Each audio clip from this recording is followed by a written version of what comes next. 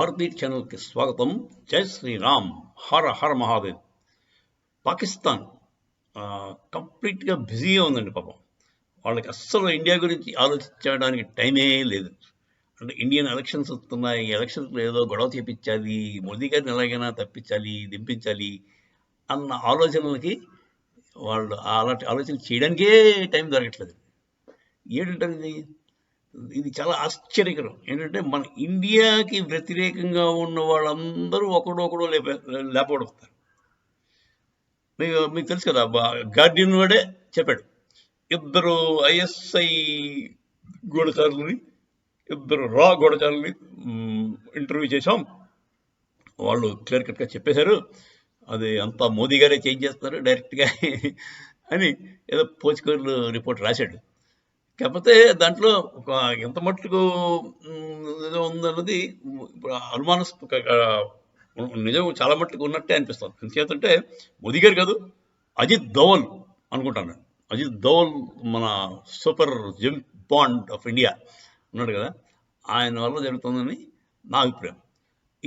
ఈ మధ్య కాలంలో లాస్ట్ 2-3 డేస్లో ఖైబర్ పఖ్తూన్ఖ్వా అండ్ అదే బలూచిస్తాన్ ఏరియాలో ఒక 12 మంది దాకా చంపబడ్డారండి. ఆ చంపబడ్డ వాళ్ళందరూ కూడా ఈ హఫీజ్ సయీద్ గారి అనుచరు, వాడు క్లోజ్ అలైస్. ఈ హఫీజ్ సయీద్ అంటే మీకు తెలుసు కదా, వాడు ఇప్పుడు విషం పెట్టబడి హాస్పిటల్లో అటో ఇటా అన్నట్టుగా ఉన్నాడు. ఐసీయూలో ఉన్నాడు అన్నారు కొంతమంది, తర్వాత ఏమో వెంటిలేటర్ మీద ఉన్నాడు అన్నారు. సో ప్రస్తుతం హఫీజ్ సయీద్ గారి పని ఆల్మోస్ట్ అయిపోయినట్టే. వాడి అనుచరులు కూడా లేపేస్తున్నారు, 12 మంది లేపారు. దీన్ని బట్టి మనకేమనిపిస్తుందంటే వాళ్ళు ఏదో ప్లానింగ్ ఉంటుంది కదా, వాళ్ళ ప్లానింగ్ వాళ్ళకి ఉంటుంది. ఇండియన్ ఎలక్షన్స్ అవుతున్నాయి, మోదీ గారిని ఎలాగైనా పనికిరాని వాడిని చూపించాలంటే ఒక 4-5 మంచి విధ్వంసాలు, యూరీ టైప్ అటాకులు అలాంటివి చేశారు అనుకోండి. వాళ్ళు చేస్తే అప్పుడు వాళ్ళకి ఏదో బ్రౌనీ పాయింట్స్ వస్తాయి. అప్పుడు ఇండియన్స్ అందరూ కూడా మోదీని వదిలేసి కాంగ్రెస్ కొట్టేస్తారు. అప్పుడు మళ్ళీ మన కాంగ్రెసే కదా, పాకిస్తాన్ అంటే కాంగ్రెస్ అంటే పాకిస్తాన్ పార్టీ, అప్పుడు మళ్ళీ పని చేసుకోవచ్చు, మన ఎకానమీ ఇంప్రూవ్ అయిపోతుంది అని వాళ్ళ ప్లాన్ పాపం. సో ఆ ప్లాన్ ప్రకారం వాళ్ళు మనుషుల్ని మొబిలైజ్ చేస్తున్నట్టున్నారు. హఫీజ్ సయీద్ గారికి చెప్పినట్టున్నారు ఆ పని. వాడినేమో ఇప్పుడు న్యూట్రలైజ్ అయిపోయాడు.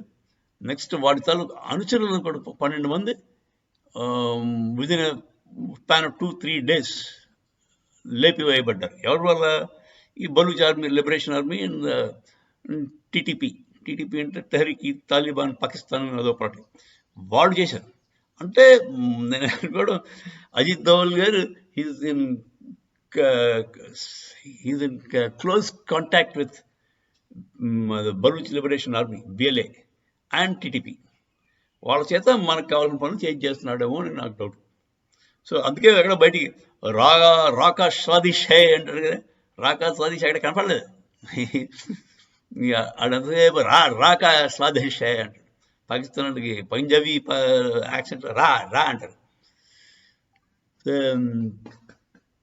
అది రా తాలూకు హ్యాండ్ ఎక్కడ కనపడకుండా మన పని జరిగిపోతుంది అంటే నన్ను అనుకోవడం అది మంచి హై లెవెల్లోనే ర్యాపో మెయింటైన్ చేస్తున్నారు. బిఎల్ఏకి మేబీ లాజిస్టిక్ సపోర్ట్ ఇస్తున్నట్టున్నారు మన వాళ్ళు. టీడీపీకి తాలిబాన్ నుంచి సపోర్ట్ ఉంది అక్కడ, టెహ్రీక్ తాలిబాన్ పాకిస్తాన్కి సపోర్ట్ అటుపక్క ఆఫ్ఘనిస్తాన్ తాలిబాన్ నుంచి ఉంది స్ట్రాంగ్గా. సో వాటికి పెద్ద ఇబ్బంది లేదు. వాళ్ళని బిఎల్ఏని కలిపింది కూడా మన వాళ్ళే అనిపిస్తున్నారు. బిఎల్ఏకి వాళ్ళకి ట్రైనింగ్ ఇప్పించేది టీడీపీ అండ్ ఇండైరెక్ట్గా తాలిబాన్ ఫ్రమ్ ఆఫ్ఘనిస్తాన్. సో ఇదండి అక్కడ సినారియో. పాకిస్తాన్ వాడు తయారు చేసుకున్న పాములు వాడినే కాటేస్తున్నాయి. టెర్రరిజం మీదే బతికేద్దాం, ప్రపంచాన్ని అంతా ఒక ఆట ఆడిచ్చేద్దాం అని పాపం అనుకున్నాడు. కాకపోతే ఆ టెర్రరిస్టుల వల్లే మన వాడికి ముప్పు వాటిల్లుతోంది. ఇప్పుడు ఈ లాస్ట్ 2-3 డేస్ ఇన్సిడెంట్స్ చూస్తే మరి ఇండియాకి ప్రత్యేకంగా ఉన్న హఫీజ్ సయీద్ గారి అనుచరులే ఎందుకు పోవాలి టార్గెటెడ్గా? సో ఇది కొంచెం అంటే మన ద గార్డియన్ కమ్యూనిస్ట్ భావజాలం కలిగిన యూకే తాలూకు న్యూస్ రిపోర్టర్స్ చెప్పినది కరెక్ట్ అనిపిస్తుంది. కానీ వాళ్ళు ఒక మిస్టేక్ చెప్పారు. వాళ్ళు ఏమన్నారంటే మేము అంటే వాళ్ళ అమెరికా వాళ్ళు ఎప్పుడైతే వాడెవడో గుర్పత్వంత్ సింగ్ పన్ను గారిని చంపడానికి వీలు లేదని చెప్పి గట్టిగా ఇండియాకి వార్నింగ్ ఇచ్చామో అప్పటి నుంచి తగ్గిపోయింది. ఈ targeted killings out side India ఆగిపోయాయి అని చెప్పేసి వాడు అన్నాడు. కానీ వాడికి తెలియదు ఇంకా జరుగుతున్నాయి. మన నెట్వర్క్ మనకు చేతికి తడ్డు అంటకుండా ఎలా చేస్తున్నారు అన్నది ఇప్పటికీ ఎవరికి అర్థం కావట్లేదు. ఐఎస్ఐ పెద్ద ఇంటెలిజెన్స్ ఏజెన్సీ అంటారు. వాడు ఎందుకు పట్టుకోలేప్పుడు మరి మన రావాళ్ళు ఫ్రీగా వెళ్ళి కొనేసి వచ్చేస్తుంటే ఒక్క ఎవిడెన్స్ దొరకదా? 24 మందో 30 మందో last year and this year అయిపోయారు. ఆ తర్వాత ఈ మధ్య కాలంలో చెప్తాను వారం లాస్ట్ వీక్ 12 మంది ఓన్లీ హఫీజ్ సయీద్ అనుచరులు చంపబడ్డాడు. హఫీజ్ సయీద్ హాస్పిటల్లో కొట్టుకుంటున్నాడు. ఎలా జరిగాయి? దీనికి ఒక్క ఎవిడెన్స్ దొరకదా? ఇప్పుడు హఫీజ్ సయీద్కి ఎంత సెక్యూరిటీ ఇచ్చారండి పాకిస్తాన్ వాళ్ళు. ప్రైమ్ మినిస్టర్ ఆఫ్ పాకిస్తాన్ కూడా లేని అంత సెక్యూరిటీ ఉండింది ఆయనకి.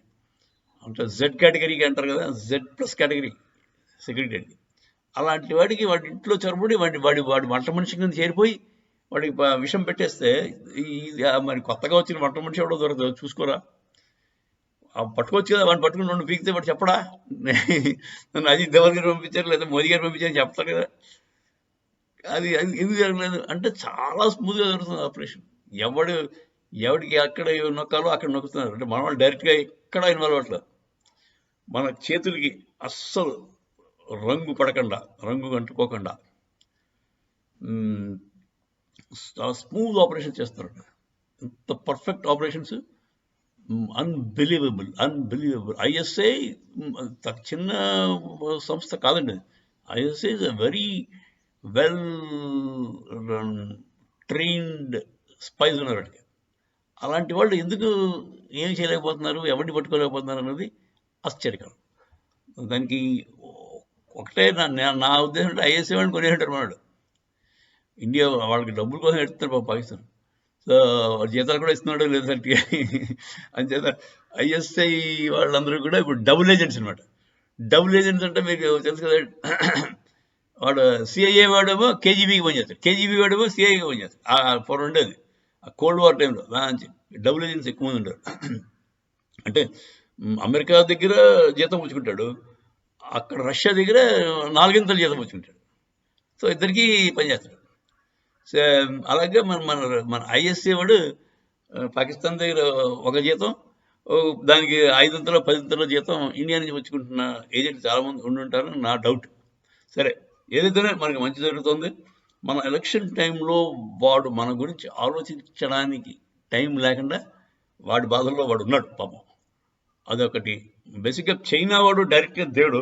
చైనా వాడు ప్రాక్సీ కింద పాకిస్తాన్ వాడుకుని వాళ్ళ టెర్రరిస్టులను పంపించి ఏదో అలజడి సృష్టిద్దామని ట్రై చేస్తాడు ఈ టైంలో. కాకపోతే అది జరగకుండా చాలా చాకచక్యంతో అజిత్ దోవల్ గారు అతని టీము వాళ్ళని ఫుల్ బిజీలో పెట్టారు. Pakistan is busy with its own affairs. వాడు మన గురించి ఆలోచించే టైం ఏ లేదు పాపం. సరే అండి, ఇది విషయం. మన అజిత్ దోవల్ గారికి ఎంత రుణపడి ఉన్నామో తర్వాత తెలుస్తుంది. మన దేశాన్ని కంటికి రెప్పలాగా కాపాడుకుంటూ వచ్చిన మహామేధావి అజిత్ దోవల్. జై హింద్, జై శ్రీరామ్, హర హర మహాదేవ్.